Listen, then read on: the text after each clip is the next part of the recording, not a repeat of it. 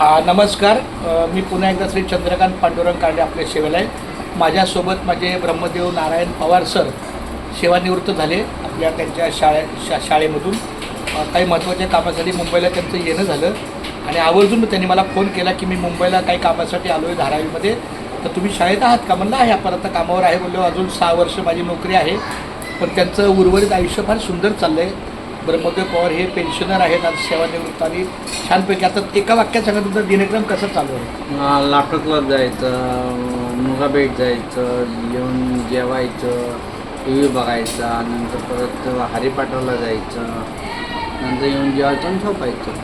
दिवस जातो. नामस्मरणाचा काय बेत आहे? नामस्मरण करतो ना, सकाळी पूजा करताना, संध्याकाळी पूजा करताना. माझं असं प्रामाणिक मत आहे की जास्तीत जास्त वेळ नामस्मरणात घालवा. नामस्मरण म्हणजे किती करणार? अहो, नामानं तरशील कुळ उद्धारशील, मान्य सर. जीभ तुझी देऊ नको झळू.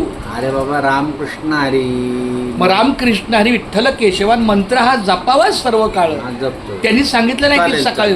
माझी चालेल. विनंती आमच्या ब्रह्मदेवाला चालेल, चालेल. की नामस्मरण हे सातत्यानं पाहिजे. हरी बोला, हरी बोला, माझ्या मागून बोला, हरी बोला, हरी बोला, हरी बोला, नाहीतरी या बोला, नाहीतरी आबोला. व्यर्थ गलबला करू नका, व्यर्थ गलबला करू नका. नको नको मान, नको अभिमान, नको नको मान, नको अभिमान. सोडी मी तू पण तोच सुखी. थोडी मी तू पण तोची सुखी. त्याचं नामस्मरणानं फार मोठी किमया असते. खूप छान. धन्यवाद माऊली. रामकृष्ण. रामकृष्ण. तुम्हाला पुढील आयुष्याच्या हार्दिक शुभेच्छा. आभारी आहे.